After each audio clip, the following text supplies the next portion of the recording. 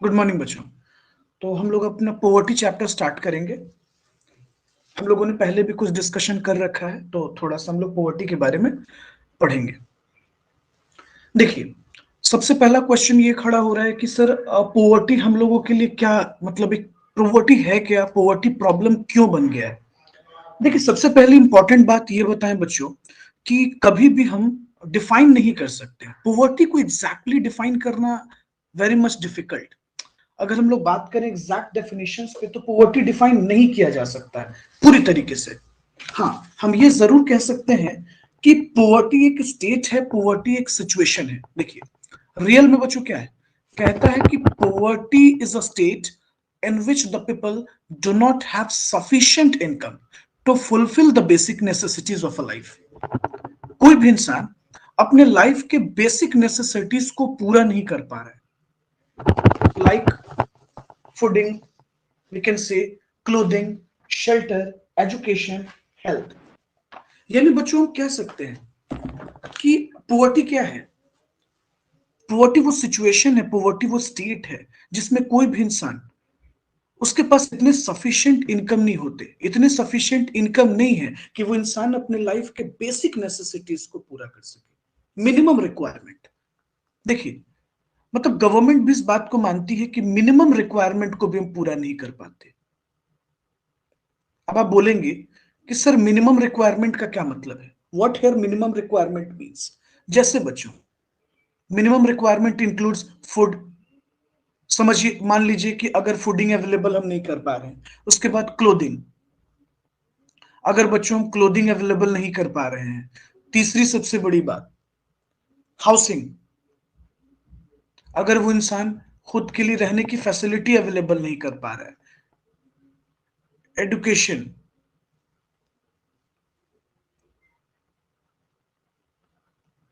और बच्चों health. Health, अगर ये हम पांच चीजों को, यानी हम लोग कह सकते हैं बच्चों कि poverty generally refers to a condition where a section of society find itself unable to fulfill bare necessities of life। Bear necessities of life को हम पूरा नहीं कर पा रहे। और वो नेसेसिटीज ऑफ लाइफ क्या है, ये पांच चीजें बच्चों, fooding, clothing, housing, education and shelter. बच्चों, अगर ये हम पांच चीजें नहीं पूरा कर पा रहे, तो अगर वो इंसान या वो देश या वहां की पूरी कम्युनिटी अगर इस पांच चीजों को नहीं अरेंज कर पा रही, तो ये क्लियर है कि लोग वहां क्या है भाई, पुअर है, वहां पुअर्टी एग्जिस्ट कर रही है, नो डाउट।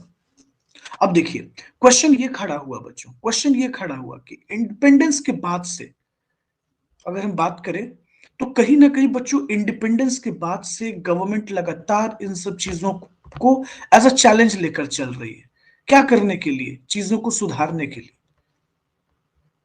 देखिए, तो पोवर्टी हम कह सकते हैं कि आफ्टर इंडिपेंडेंस, मतलब हर एक गवर्नमेंट, हमारी सरकार हो या दुनिया की हर एक गवर्नमेंट है, वो परेशान है इस चीजों को लेकर। तो providing the minimum basic needs to the people and reduction of poverty has become the major aims of independent India. बच्चों, आजादी के बाद से गवर्नमेंट लगातार प्रयास कर रही है, एफर्ट्स लगा रही है, ताकि वो पोवर्टी को क्या कर सके, रिड्यूस किया जा सके। तो बच्चों, पोवर्टी जो है ना, एक चैलेंज बन गया है, सिर्फ हमारे देश के लिए नहीं। इवन सो आप कह सकते हैं कि पोवर्टी पूरी दुनिया के लिए चैलेंज बन गया है।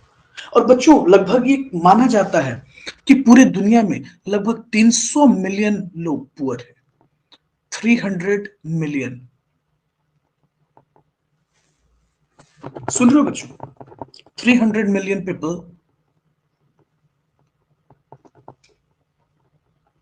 Are not able to fulfil basic needs.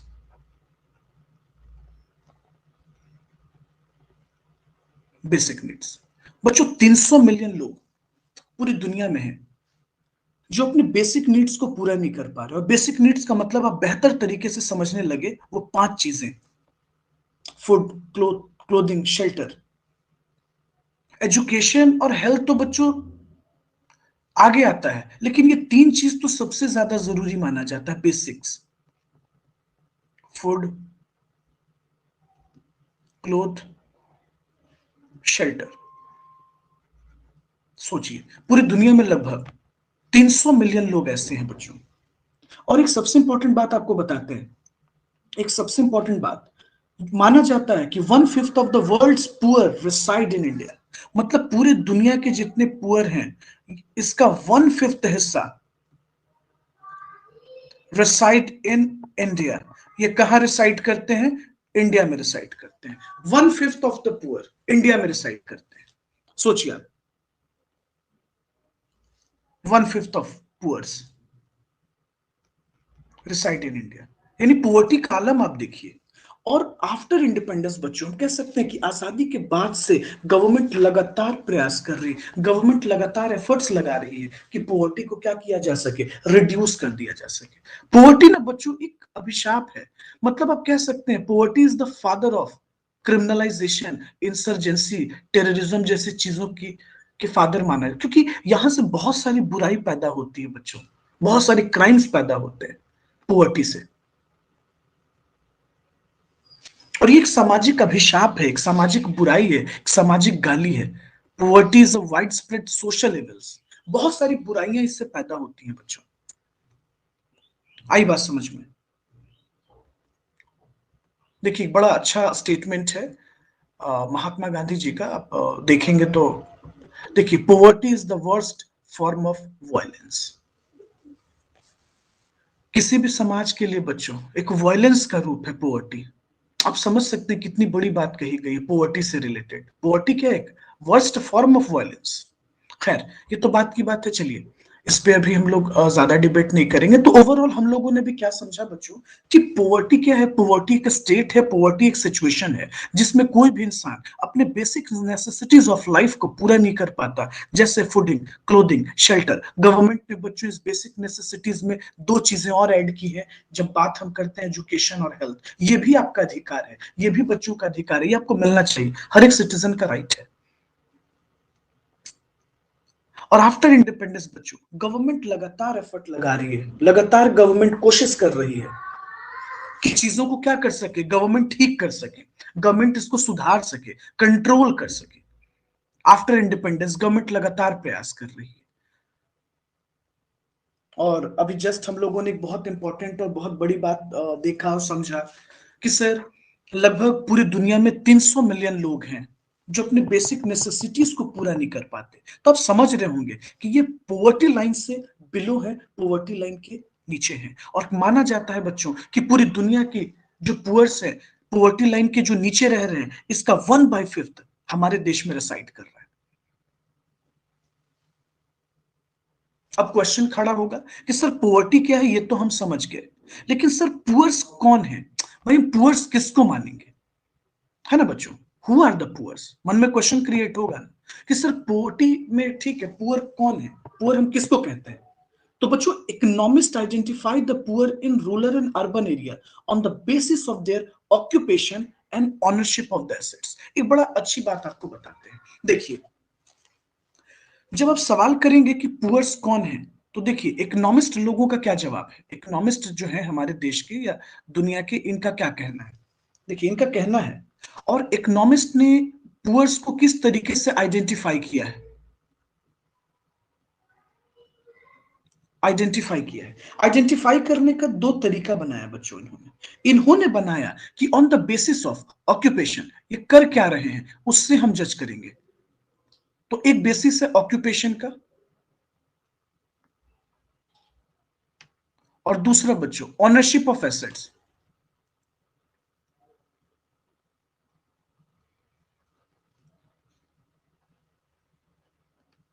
Ownership of assets, तो एसेट्स के ऑनरशिप को लेकर, एसेट्स के ऑनरशिप को लेकर, और दूसरा ऑक्यूपेशन को लेकर, इस तरीके से आइडेंटिफिकेशन की गई।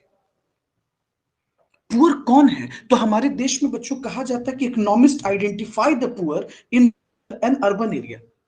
इन्होंने पुअर को रूरल और अर्बन एरिया में on the basis of their occupation और ऑनरशिप ऑफ द एसेट्स के ग्राउंड पर डिवाइड किया है।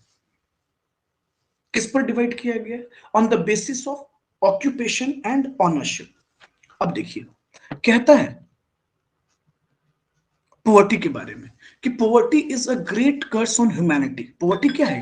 पोवर्टी एक तरह का ग्रेट कर्स है ह्यूमैनिटी पर। क्या है सर? एक तरह का अभिशाप है, गाली है। The treatment that he gets from the society demoralizes him. Poverty is a harsh reality for the large section of Indian population. एक लार्ज पॉपुलेशन के लिए क्या है सर? कहता है poverty is the harsh reality for the large section of Indian population. Poverty in India has been studied in 2 points. देखिए, जब आप इकोनॉमिस्ट को स्टडी करेंगे तो इन्होंने अर्बन पुअर्स और रूरल पुअर्स के ग्राउंड पे कैटेगराइजेशन किया है, इस चीज को डिवाइड किया है।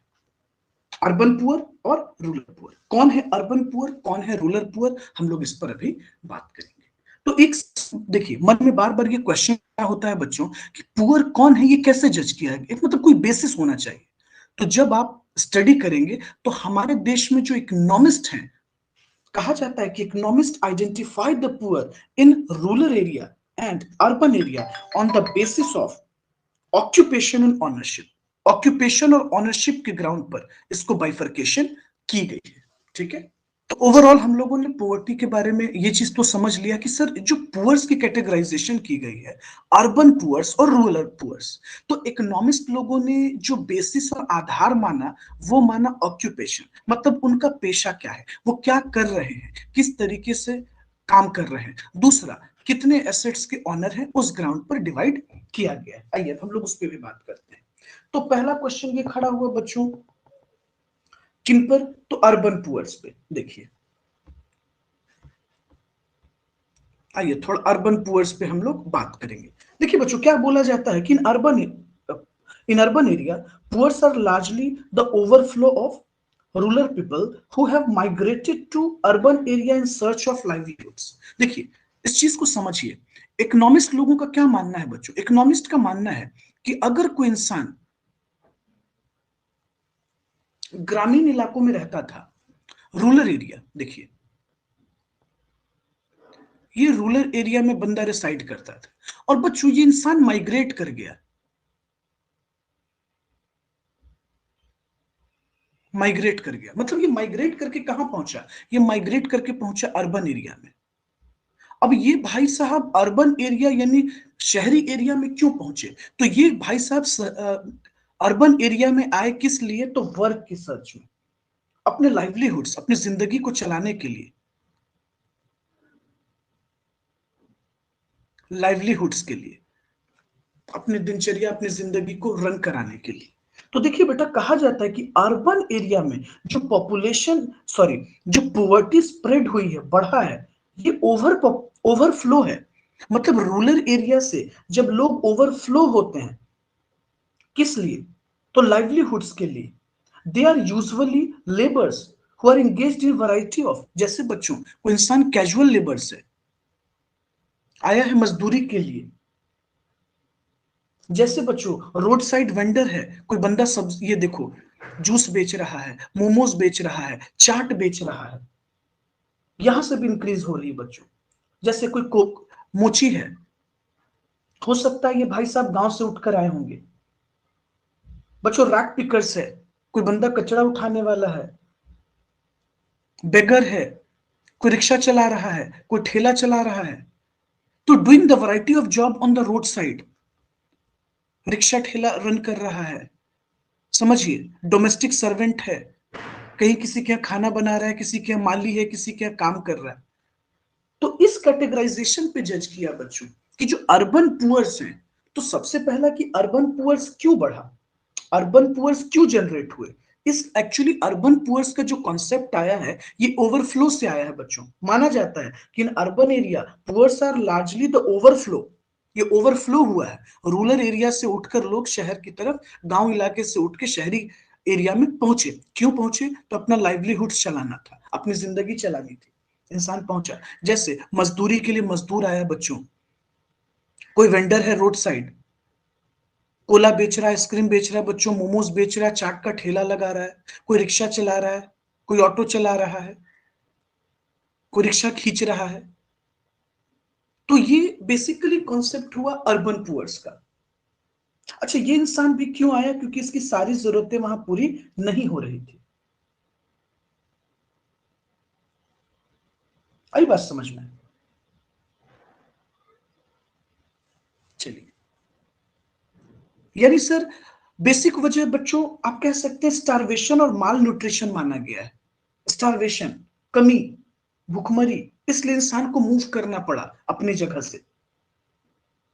अब देखिए, अब आप बोलेंगे कि सर जो रूरल एरिया के पुअर्स हैं उनके बारे में इकोनॉमिस्ट का क्या कहना है? बच्चों, poor in the rural area mainly landless labour माना जाता है। वैसा लेबर है जो लैंडलेस लेबर है, जिसके पास कोई जमीन नहीं है, who are engaged in non agricultural job में इन्वॉल्व है। मतलब वो एग्रीकल्चरल काम नहीं कर रहा है क्योंकि उसके पास जमीनें नहीं है, उसके पास खेत नहीं है, छोटे छोटे होल्डिंग्स पे काम कर रहा है।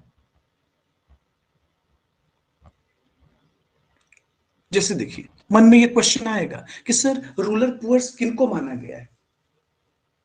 लैंडलेस लेबर बच्चों, लैंडलेस लेबर। इस इंसान के पास जमीन नहीं थी, तो ये दूसरों के यहां मजदूरी कर रहा था। या वैसा कल्टीवेटर, वो बहुत छोटी सी जमीन रखता है। जैसे देखो, इस इंसान को दर्शाया गया है, एक बहुत छोटा सा जमीन का हिस्सा लेकर बैठा है, और वो भी इस परेशानी में जूझ रहा है कि वो खेती कैसे करे। उसके पास इतनी संसाधन नहीं है, इतने रिसोर्स नहीं है कि वो खेती कर सके। देखो कितने टेंशन और फ्रस्ट्रेशन में ये इंसान बैठा है। ये चित्र, ये फिगर जो है ना बच्चों, ये फोटो पोर्ट्रे कर रहा है, दर्शा रहा है उस इंसान की समस्या को। अब देखिए वो कितनी चिंता में बैठा हुआ है वो इंसान। अर्बन पुअर्स कौन है बच्चों? Who are engaged in wide varieties of non agricultural job. ये नॉन एग्रीकल्चरल जॉब में इन्वॉल्व है बच्चों। किसी के यहाँ मजदूरी कर लिया, कहीं कोई छोटा मोटा काम कर लिया, कहीं ईटा ढो लिया, इस तरीके से काम कर रहा है। तो इकोनॉमिस्ट कहते हैं ये रूरल पुअर्स है। अब आप बोलिएगा सर कैसे, किस बेसिस पर? देखिए ना बेटा, on the basis of assets, ownership of assets बोला ना, कहा ना landless agricultural labour rural poor है। उसके बाद ऑक्यूपेशन को भी ग्राउंड बनाया कि नहीं बनाया?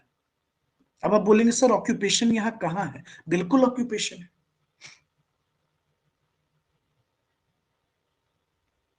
अब देखिए क्या कह रहा है, landless labour who are engaged in variety of non agricultural job. कैसे काम में इन्वॉल्व है बच्चों? तो नॉन एग्रीकल्चरल में। ऑक्यूपेशन बताया कि नहीं बताया? जैसे देखो, अगर ये लोग जो मजदूरी कर रहे हैं, ये देखिए, ये जो इतने सारे लोग हैं, अगर ये खेत इनकी नहीं है, ये जमीनें इनकी नहीं है, ये पैसों पे थोड़ा सा मजदूरी लेकर, वेजेस लेकर अगर यहाँ काम कर रहे हैं, बुआई का काम कर रहे हैं बेटा, तो ऐसे लोगों को क्या माना गया है? इकोनॉमिस्ट क्या बोलते हैं? ये रूरल पुअर्स है। कैसे पुअर्स है? रूरल पुअर्स है। आई बात समझ में? और इस दोनों में ना बेटा, इस दोनों में एक चीज बड़ी कॉमन है, एक चीज बहुत कॉमन है इसमें। एक चीज इकोनॉमिस्ट ने कहा कि starvation, starvation and mall nutrition.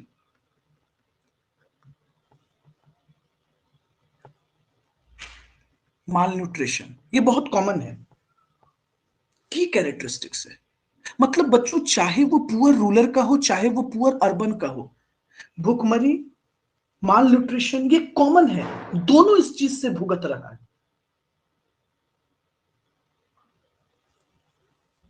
समझे? ये बड़ा कॉमन है। देखिए, कहा जाता है कि poor in both the urban area and rural area possess the few assets. बच्चों, जैसे कच्चा घर में रह रहे हैं ये लोग, घास से बना हुआ घर में रह रहे हैं, बांस से बना हुआ घर में रह रहे हैं, लकड़ी से बना हुआ घर में रह रहे हैं। ये एक कॉमन कैरेक्टरिस्टिक्स दोनों में माना गया। आप लोग गांव वगैरह से बिलोंग करते होंगे तो आपने देखा होगा फूस का घर, छप्पर का घर, बच्चों बंबू का, बांस का बना हुआ घर होता है, पुआल का बना हुआ घर होता है। तो ये एक कॉमन कैरेक्टरिस्टिक्स होती है। कुछ के पास तो अगर बच्चों चार दीवारी है तो छत नहीं है। तो ये बड़ा कॉमन कैरेक्टरिस्टिक्स इकोनॉमिस्ट ने माना है दोनों के बीच। ना तो बच्चों इनके एक और सबसे कॉमन चीज है, जैसे मान लीजिए इनके पास इलेक्ट्रिसिटी की बहुत कमी है, सेफ ड्रिंकिंग वाटर की बहुत दिक्कत है बच्चों, सेफ ड्रिंकिंग वाटर ये एक प्रॉब्लम है, इलेक्ट्रिसिटी नहीं है, ये बड़ा कॉमन है। तो बोलिए यहां तक कोई प्रॉब्लम? चलिए बच्चों अब हम लोग आगे चलते हैं। देखिए, तो आप लोगों ने एकदम बेहतर तरीके से समझ लिया बच्चों कि हु आर द पुअर्स, क्योंकि आपके बुक में दूसरा सबसे बड़ा बात पूछ रहा है, who are the poors, poor कौन है। तो बच्चों इकोनॉमिस्ट क्या करते हैं, मैंने आपको एक बार फिर बताया कि economist identify the poor in rural and urban area. Economist जो पुअर्स को आइडेंटिफाई करते हैं बच्चों, रूरल और अर्बन एरिया में, on the basis of occupation and ownership of the assets. Simple. चलिए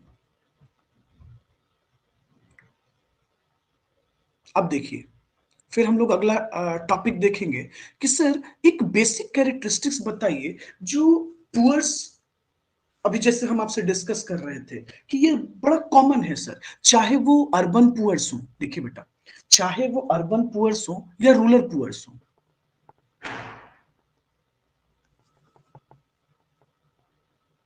या रूरल पुअर्स हो,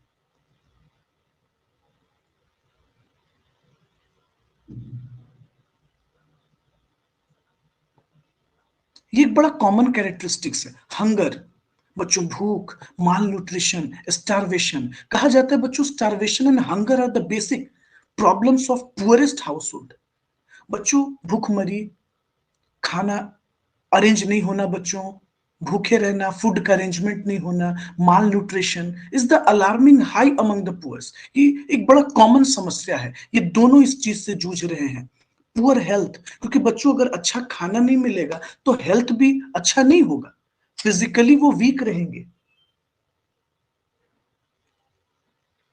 बहुत सारे बीमारियों से ग्रसित हो जाते हैं बच्चों, जैसे ये ट्यूबरक्लोसिस, ये सब इतना क्यों देश में फैला? ड्यू टू माल न्यूट्रिशन और lack of health, lack of seriousness toward the health. बच्चों इंसान अपने हेल्थ को लेके कॉन्शियस नहीं है, बेटा वो पुअर्स को क्या समझ में आएगा ये बीमारी कैसे फैल रही है? वो इंसान भूख से परेशान है, उसका हेल्थ इतना, उसका इम्यून सिस्टम वीक हो चुका है क्योंकि उसके पास सही तरीके से खाना व्यवस्था नहीं है, फूडिंग का व्यवस्था नहीं है।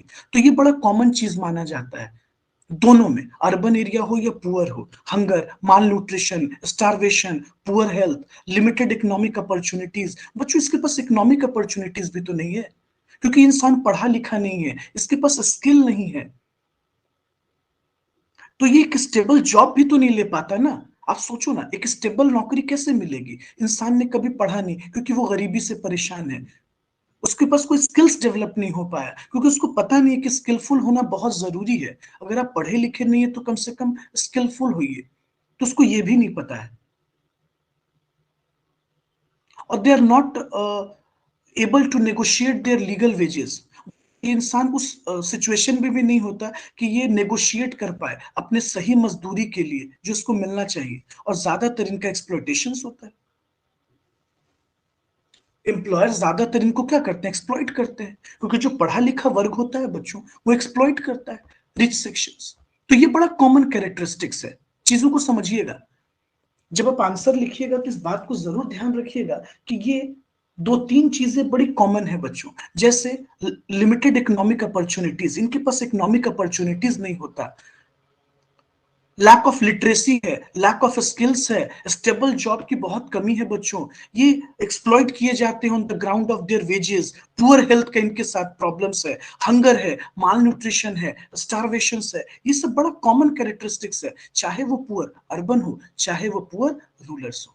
तो बेटा इकोनॉमिस्ट लोगों का मानना है, इकोनॉमिस्ट लोग आज भी मानते हैं कि जो अर्बन पुअर्स बढ़ा है वो माइग्रेशन के कारण बढ़ा है, ग्रामीण इलाकों से इंसान अपने लाइवलीहुड्स के लिए मूव कर गया। तो बच्चों जब रूरल एरिया से लोग ज्यादातर मूव किए अर्बन एरिया में, इसलिए अर्बन एरिया में भी पॉवर्टी इंक्रीज कर गई। अब इनकी मजबूरी थी, ये क्यों गए, लाइवलीहुड्स के लिए गए बच्चों, जानकर तो ये आए नहीं ना सर, इनका माइग्रेशन क्यों हुआ है, तो लाइवलीहुड्स के लिए हुआ है।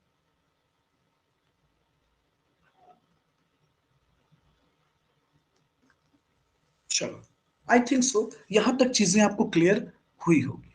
देखिए बेटा, पोवर्टी की दो बहुत बड़ी वेरिएंट्स है जिसको अभी हम लोग स्टडी करेंगे। पोवर्टी के अंदर दो बड़ा वेरिएंट्स माना जाता है। अच्छा, अभी दो तीन टॉपिक बचा हुआ था ये बच्चों, इसको भी हम लोग देख लेते हैं। अभी तीन हम लोग पढ़े, उसके बाद हम लोग पोवर्टी ऑफ वेरिएंट्स पढ़ेंगे। डेब्ट ट्रैप बच्चों, ट्रैप का मतलब होता है जाल। देखिए, पुअर्स के साथ एक और सबसे बड़ा प्रॉब्लम है ना बच्चों, कर्ज का। जब ये कर्ज लेते हैं तो ब्याज के जाल में हमेशा फंस जाते हैं। Who charges the high rate of interest. बच्चों, जितने भी मनी लेंडर्स हैं, जो पैसा देते हैं, कर्ज देते हैं, लोन देते हैं इनको, तो ये कहीं ना कहीं बहुत high rate of interest charge करते हैं और ये क्रॉनिक इंडेप्टनेस में फंस जाते हैं। इस जाल से कभी निकल ही नहीं पाते क्योंकि रेट ऑफ इंटरेस्ट इतना हाई होता है कि ये हमेशा इंटरेस्ट पे करते रह जाते हैं और प्रिंसिपल हमेशा रह जाता है। जेंडर इनइक्वालिटीज बहुत ज्यादा है बच्चों। Gender inequalities prevail with the family in regard to participation of gainful employment, education and decision making. Gender inequalities बच्चों पुअर्स में बहुत ज्यादा माना गया है एजुकेशन को लेकर। एजुकेशन बच्चों फीमेल चाइल्ड को कम देंगे, मेल चाइल्ड को देंगे। डिसीजंस मेकिंग में हमेशा जो पुरुष वर्ग है वो डिसीजन मेकिंग अपने हाथ में रखता है। गेनफुल एम्प्लॉयमेंट्स में मजदूरी वर्ग का काम ज्यादातर मिल गया महिलाओं को। तो ये एक जेंडर इनइक्वालिटीज भी पॉवर्टी में बहुत ज्यादा देखा जाता है बच्चों। एजुकेटेड सेक्टर्स में ये कम देखा जाता है। अब तो महिलाएं भी काम करती हैं, जॉब करती हैं, आईएएस है, आईपीएस है। तो ये बड़ा पुअर सेक्शन में ये आज भी परसिस्ट करता है बच्चों। और दूसरी सबसे बड़ी समस्या बड़ा परिवार का होना, पुअर फैमिलीज। अब एक इंसान कमा रहा है बच्चों, इसके चार पांच बच्चे हैं, तो ये भी एक वजह है। मान लो अगर वो इनकम ढंग से नहीं कमा पा रहा है तो वो हर बच्चों को एक अच्छा फैसिलिटीज नहीं दे पाएगा। तो बिगर फैमिलीज को भी एक वजह माना गया है, समझा जाता है इकोनॉमिस्ट लोगों की नजर में कि ये भी एक वजह है कि पॉवर्टी से हम बाहर नहीं निकल पाते। क्योंकि बच्चों, big family means big expenditure, जाहिर सी बात है। बड़ा परिवार तो नीड भी ज्यादा होगा ना।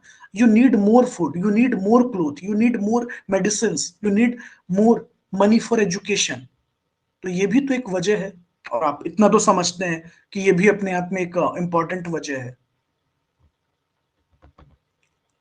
बोलिए, यहां तक कोई दिक्कत बच्चों?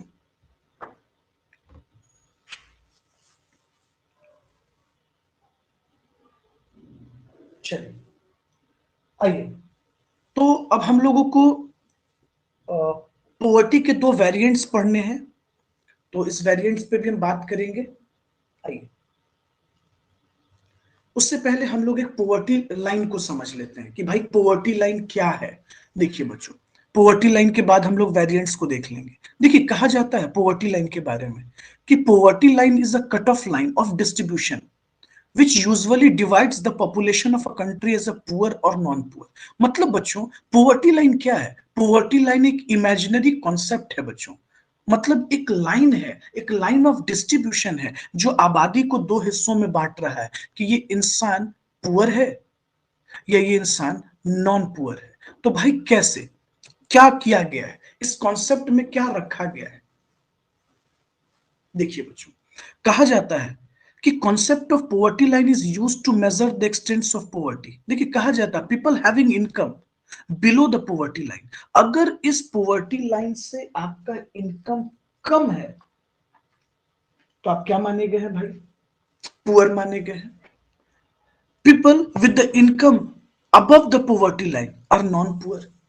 मतलब अगर आपका इनकम, जैसे मान लीजिए एक कॉमन इनकम लिया गया है बच्चों, अर्बन एरिया और रूरल एरिया के लिए, हम लोग उस पर आगे बात करेंगे। अगर इस इनकम से आपका कम है तो आप पुअर्स हैं, अगर इस इनकम से ज्यादा है तो वो इंसान नॉन पुअर है।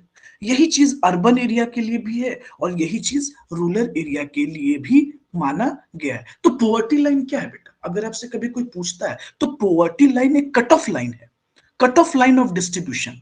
ये ऐसा लाइन है जो डिवाइड कर रहा है आबादी को दो हिस्सों में, कौन पुअर है कौन पुअर नहीं है। वैसा हिस्सा, देश का पॉपुलेशन का वैसा हिस्सा जो इस कट ऑफ लाइन से कम जनरेट करता है या कम कंज्यूम कर लेता है तो बेचारा पुअर से, इससे ज्यादा है तो नॉन पुअर से। आइए, अब हम लोग चीजों को आगे लेकर चलते हैं थोड़ा कि सर किस तरीके से पॉवर्टी लाइन को डिटरमाइन किया गया है। देखिए determination of poverty line, minimum calories intake, calories और इनकम्स पे भी बात की गई है। आइए हम लोग दोनों चीजों पे बात करेंगे। देखिए बच्चों, कहा गया है रूरल एरिया के बारे में 2400 कैलोरीज पर पर्सन पर डे। ये planning commission has defined on the basis of recommended nutritional requirements. बच्चों ये इनकम के ग्राउंड पे भी बांटा गया और न्यूट्रिशनल ग्राउंड्स पे भी बांटा गया। अर्बन एरिया के लिए कहा गया है बच्चों कि अगर 2100 कैलोरीज पर पर्सन पर डे से कम कंज्यूम हो रहा है तो ये क्या माना गया है? पुअर्स। तो बच्चों इस कंजम्पशन के ग्राउंड पर हम लोग जज करते हैं कि वो इंसान पुअर है या नॉन पुअर है। रूरल एरिया, ग्रामीण इलाकों के लिए 2400 कैलोरीज पर person per day. Urban area के लिए बच्चों, जितने भी शहरी इलाके हैं, 2100 कैलोरीज पर पर्सन पर डे। तो high calories intake has been fixed for rural area because rural workers has to got greater physical work. मतलब ऐसा इसलिए रखा गया है बच्चों, माना जाता है कि ग्रामीण इलाकों में लोग का जो एफर्ट्स है, वो मेहनत है, वो कंपैरेटिवली बहुत ज्यादा होता है। अब देखिए इस पॉवर्टी लाइन के कॉन्सेप्ट को दादा भाई नेरोजी ने लाया है। थोड़ा सा हम लोग इस चीज को देखेंगे, बस थोड़ा सा वेट, पेशेंस रखिए, पैनिक नहीं होना है। ये देखिए हुआ क्या कि अभी हम लोगों ने एक तो बड़ा अच्छा चीज देखा कि सर दादा भाई नेरोजी ने मतलब इस पोवर्टी लाइन के कॉन्सेप्ट को बिफोर इंडिपेंडेंस, इंडिपेंडेंस से पहले इस चीजों को स्टडी किया और बताया। और जो जेल के कॉस्ट ऑफ इंडेक्स था, उसके बाद क्या हुआ ना बेटा, जब हम लोगों को आजादी मिली इंडिपेंडेंस के बाद, तो पोवर्टी के एस्टिमेशन के लिए बहुत सारी कमिटी बनाई गई। देखिए ऐसे सिलेबस में तो नहीं है, बट थोड़ा सा नॉलेज के लिए हम एक बात बताएं आपको, बहुत सारी कमिटी आई। जैसे देखिए अलगाह कमेटी, एक ये कमेटी आई हमारी,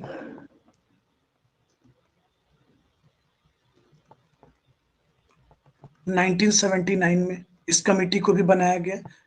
ये टास्क फोर्स था प्लानिंग कमीशन का, मतलब कह सकते हैं इंटेलेक्चुअल लोगों की कमेटी थी। उसके बाद बच्चों लखदा वाला कमेटी आया, एक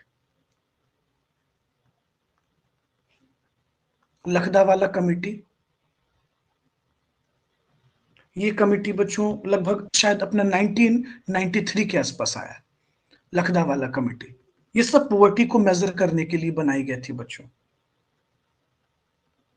उसके बाद तेंदुलकर कमेटी, क्योंकि ये चेयरमैन थे उस समय, ये क्रिकेटर जो है तेंदुलकर, उनके बारे में नहीं बात हो रही है, ठीक है। हाँ, तो ये 2009 में बच्चों ये कमेटी बनी पॉवर्टी को मेजर करने के लिए, क्योंकि लगातार इन्फ्लेशन, महंगाई बाद रंगराजन कमेटी बनी। तो लगातार हमारे देश में काम होता रहा बच्चों, ऐसा नहीं है। तो आइए थोड़ा सा अब हम आपको बताते हैं। अब इस चीजों को साइड करते हैं, बेसिक मुद्दे पे आते हैं। देखिए तो ये कमिटी, अलगा कमिटी की बात हो रही है बच्चों, task force on projection of minimum needs. मतलब ये जो जिन लोगों को ये जिम्मेदारी दी गई कि भाई पॉवर्टी को किस तरीके से हम डिटरमाइन करेंगे, पॉवर्टी लाइन क्या होना चाहिए। तो बच्चों ये जो कमिटी थी, अलगा कमिटी 1979 में, ये जो टास्क फोर्स थी, ये जो कमिटी ऑर्गेनाइजेशन थी, इनको सबसे इंपॉर्टेंट लगा, इन्होंने उस समय ये सोचा कि जो पॉवर्टी है वो कंजम्पशन ऑफ कैलोरीज के ग्राउंड पर जज होना चाहिए, क्योंकि इंसान के पास जब पैसे नहीं होते तो वो कंज्यूम नहीं कर पाता। तो इन लोगों ने उस जमाने में यही एक लाइन ऑफ डिमार्केशन जज किया कि लो भाई ये हमारा मिनिमम एक होगा। जैसे फॉर एग्जांपल 2400 कैलोरीज इन्होंने दे दिया per day in rural area के लिए, अर्बन एरिया के लिए 2100 दे दिया। इस तरीके से ना बच्चों अलग अलग कमेटी आती गई और हर कमेटी ने अपने ग्राउंड्स पर बताया। तो इसलिए हम सोचे कि आपको एटलीस्ट कमेटी का नाम बता दे कि ये आपको पता होना चाहिए। ये जो 2400 कैलोरीज और 2100 कैलोरीज की बात हो रही है, ये अलगा कमेटी ने अपनी बात को रखा। लखदा वाला कमेटी भी हम लोग पढ़ेंगे थोड़ा सा, तेंदुलकर कमेटी भी बताएंगे, रंगराजन कमेटी भी आपको बताएंगे। तो वक्त के हिसाब से जब कमेटी बदलती गई तो इन्होंने अपने पॉइंट ऑफ व्यू को बदला। उसके बाद देखिए बच्चों फिर monthly per capita consumption expenditure को भी एक ग्राउंड बना गया कि भाई मंथली कितना हम एक्सपेंस कर रहे हैं।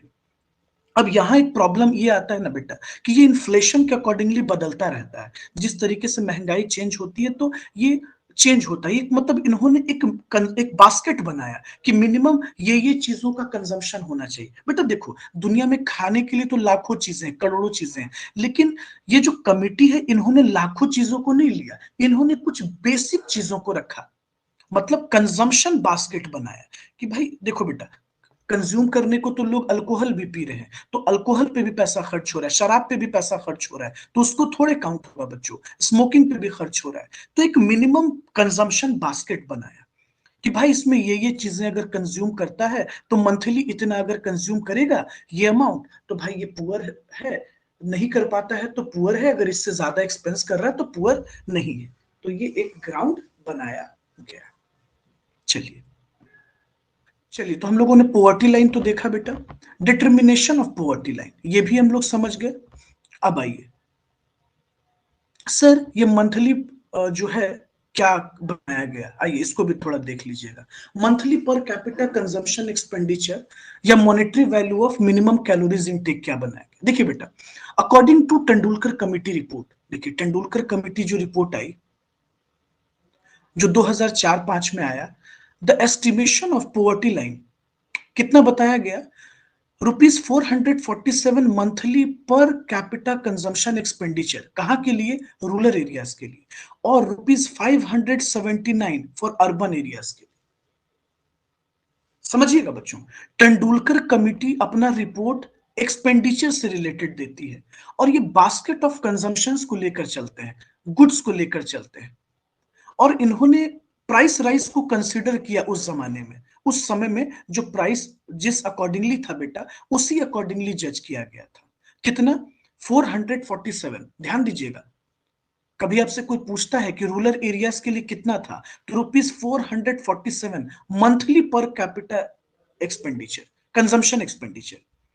और अर्बन एरियाज के लिए ₹579 monthly per capita consumption expenditure. उसके बाद बच्चों 2009-10 में poverty line is estimated as on MPCE. इसको जाहिर सी बात है बच्चों, बदलना तो पड़ेगा। इन्फ्लेशन जब बढ़ेगी, महंगाई बढ़ेगी, तो आपको चेंज तो करना पड़ेगा। Monthly per capita consumption expenditure को एमपीसीई बोलते हैं बेटा। ये देखिए, monthly per capita consumption expenditure को बोला जाता है एमपीसीई। तो जाहिर सी बात है, इन्फ्लेशन बदला तो गवर्नमेंट ने 2008-9-10 में इसको चेंज करके 673 किया और 860 किया अर्बन एरियाज के लिए। फिर इन जुलाई 2013 प्लानिंग कमीशन ने पॉवर्टी को रिडिफाइन किया। Now the people who spend less than ₹27 a day, मतलब पर डे। तो देखिए, आप एक चीज ऑब्जर्व किए बच्चे कि monthly per capita consumption expenditure को इन्फ्लेशन के अकॉर्डिंगली, प्राइस राइज के अकॉर्डिंगली हम बदलते चले गए।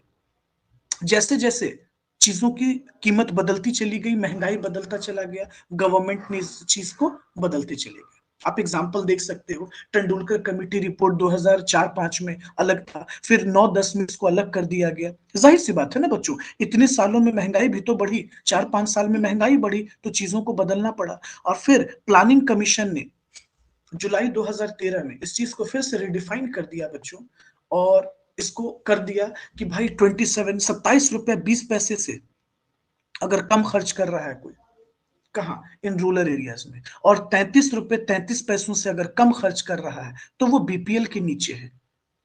तो ₹27.20 रखा गया बच्चों ग्रामीण इलाकों के लिए, रूरल एरिया के लिए, और ₹33.33 जो है वो रखे गए अर्बन एरिया के लिए। तो ये बच्चों अभी जो हम आपसे टॉपिक पढ़ रहे थे टास्क फोर्स का, ये यही था।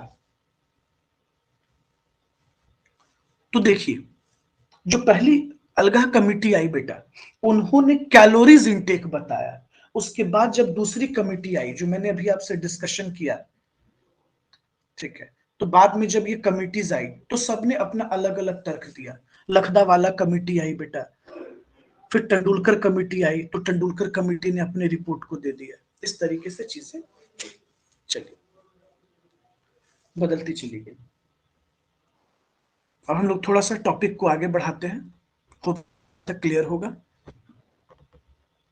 रंगराजन कमेटी, आइए इसको भी, इनको थोड़ा सा हम लोग समझ लेते हैं। देखिए, प्लानिंग कमीशन ने क्या किया ना बेटा कि कुछ एक्सपर्ट्स लोगों की एक कमेटी बनाई और जिसके चेयरमैन थे doctor C Rangarajan in June 2012 to revive the methodology for measurement of poverty. इसको इसलिए बनाया गया कि भाई तुम पॉवर्टी के मेजर करने के तरीके को रिवाइव करो, क्योंकि वक्त के हिसाब से तुमको क्या करना होगा, इसको बदलना होगा, चीजों को क्या करना होगा, चेंज करना होगा। देखिए, Rangarajan committee submitted its report, इन्होंने रिपोर्ट 2014 में सबमिट किया। It's recommended the separate consumption basket. बेटा इन्होंने कंजम्पशन बास्केट को एकदम सेपरेट कर दिया। कंजम्पशन बास्केट का मतलब होता है ना बेटा, जो हम लोग फूड्स कंज्यूम करते हैं, जैसे सीरियल्स है, उसमें गेहूं है, दाल है, मकई है, पल्सेस हैं, तो इसको हम बास्केट कहते हैं। जो हम लोग खाते हैं ना, वैरायटीज ऑफ फूड्स, उसको बास्केट कहा जाता है। तो रूरल और अर्बन एरिया के लिए इन्होंने टोटली बदल दिया। देखिए, according to the recommendation methodology, ये क्या बोलते हैं ये लोग, the Tendulkar national rural poverty line has been raised. इसको कहा गया कि भाई इसको 816 पर कैपिटा कीजिए, per capita per month eight 2011-12 price. इसको कितना कर देना चाहिए आपको, 972। अर्बन एरिया के लिए इसको बढ़ाकर 1000 से कितना कर दीजिए, 1407। तो इन्होंने एक रिकमेंडेशन के ग्राउंड पर बदल दिया बच्चों, क्योंकि फूड का जब बास्केट बदलेगा तो चीजों की कीमत बदलेगी, जाहिर सी बात है। तो रंगराजन कमेटी ने कहा कि नहीं, प्राइसेस को आपको बढ़ाना चाहिए, और फिर इसको 972 पे पहुंचाया गया बच्चों, और 1000 से उठाकर 1407 रुपीज पे पहुंचाया गया। क्योंकि देखिए, हर कमिटी जब आती है तो वो अपने अकॉर्डिंगली, अपने जमाने के अकॉर्डिंगली रिकमेंड करके बताती है। तो ये रंगराजन कमेटी का मुद्दा था। चलिए, आइए अब हम लोग को दो इंपॉर्टेंट वेरिएंट्स पढ़ने हैं बच्चों। पॉवर्टी के हम लोग दो इंपॉर्टेंट वेरिएंट्स को पढ़ेंगे। हम लोग ऐसे क्रिटिसिज्म भी इसका पढ़ सकते हैं, लेकिन बेसिकली अभी क्रिटिसिज्म्स को नहीं देखेंगे, ठीक है, क्योंकि ये हमेशा सही नहीं होता ना बेटा। चलिए आइए, अब देखिए, हमारे यहाँ क्या है ना कि पॉवर्टी के दो, और कह सकते हैं यहाँ पे पैरामीटर्स है। देखिए, जो पॉवर्टी है, पॉवर्टी के दो वेरिएंट्स हैं। पॉवर्टी के हमेशा दो वेरिएंट्स होते हैं।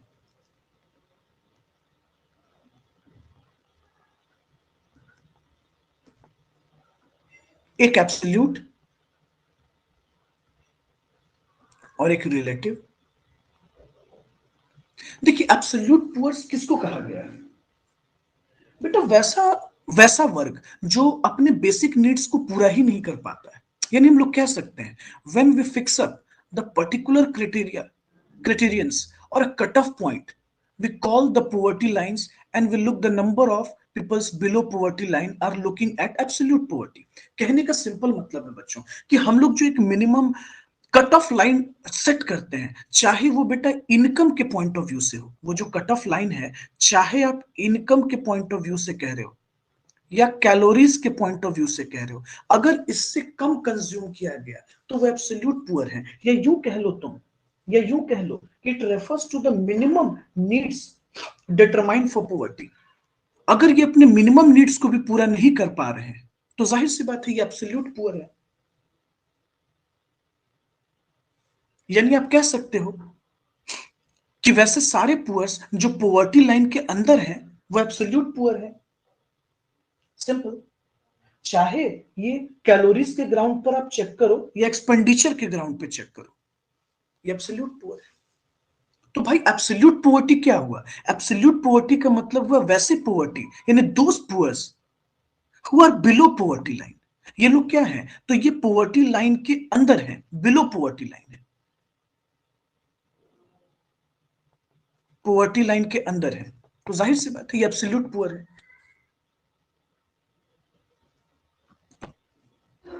आई बात समझ में।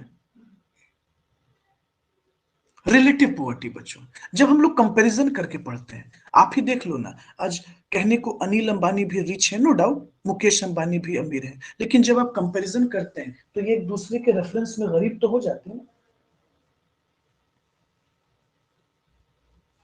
पुअर है नहीं बच्चों, बट कंपैरेटिवली जब हम स्टडी करते हैं तो ये एक दूसरे के कंपैरिजन में क्या हो जाते हैं, पुअर्स। तो वी कैन से कि ये क्या है, रिलेटिव पॉवर्टी। देखिए क्या कहता है, ध्यान से सुनिएगा। कहता है कि relative poverty refers to the income और assets position of one class of people compare to other class of people. जब आप कंपेयर करते हैं इनका स्टैंडर्ड ऑफ लाइफ, इनके एसेट्स को, इनके पर कैपिटा इनकम को बेटा, तो उस ग्राउंड पर हम लोग जज करते हैं। यानी यूं कह सकते हैं कि अर्निंग क्राइटेरिया पे आप कंपेयर कर दिए, on the basis of assets आपने कंपेयर कर दिया। आई थिंक सो ये फिगर दोनों भाई का अपने आप में आपको बहुत कुछ समझा दे रहा होगा। मान लो एक इंसान का स्टैंडर्ड ऑफ लाइफ बहुत बेहतर है, एक का कंपैरेटिवली लो है, तो ये एब्सोल्यूट रिलेटिव पुअर्टी होगी बच्चों, यानी रिलेटिवली ही इज पुअर। अब जैसे एग्जांपल आप ले लो, मान लो आप कंपेयर कर रहे हो बैंक के क्लर्क को। हो सकता है बेटा ये बैंक के क्लर्क जो है, हो सकता है ये बैंक पीओ से पुअर हो, बैंक का पीओ हो सकता है एक आईएएस से पुअर हो सकता है अनिल अंबानी के कंपैरिजन में एक आईएएस पुअर हो सकता है बच्चों किसी फिल्म स्टार के कंपैरिजन में मुकेश अंबानी पुअर हो। तो ये कंपैरेटिव स्टडी है। चलिए बोलिए, चीजें यहां तक आपको समझ में आई? रिलेटिव पॉवर्टी का कॉन्सेप्ट आपको क्लियर हुआ? यानी ये कंपैरिजन ग्राउंड है। होप सो प्रॉब्लम नहीं होगा जहां तक हमें लग रहा है। चलो एक बच्चे ने पूछा है सर नॉन एग्रीकल्चरल जॉब बताइए। नॉन एग्रीकल्चरल जॉब का बहुत सारा है बच्चों। छोट मान लो मजदूरी कर रहा है गांव में, ठीक है, ईटा ढो रहा है, कहीं घर बन रहा है वहां काम कर रहा है, किसी के घर पे सर्वेंट बना हुआ है, कुछ काम कर रहा है, पेंटिंग का काम कर रहा है, पुताई का काम कर रहा है, साफ सफाई कर दे रहा है, इस तरीके से नॉन एग्रीकल्चरल। यहां तक किसी को कोई प्रॉब्लम है? चीजें क्लियर हैं? चलिए तो बच्चों हम लोग नेक्स्ट क्लास में इसको कंटिन्यू करेंगे। थोड़ा सा बड़ा चैप्टर है, पेशेंस रखिएगा। और बच्चों बैठ के थोड़ा सा नोट्स लिख लीजिएगा, वापस से इसको एक बार स्टडी कीजिएगा और सब नोट्स लिखते जाइएगा। मैंने वहां आपको चीजों को बेहतर तरीके से बताया है, नोट डाउन कर लीजिएगा।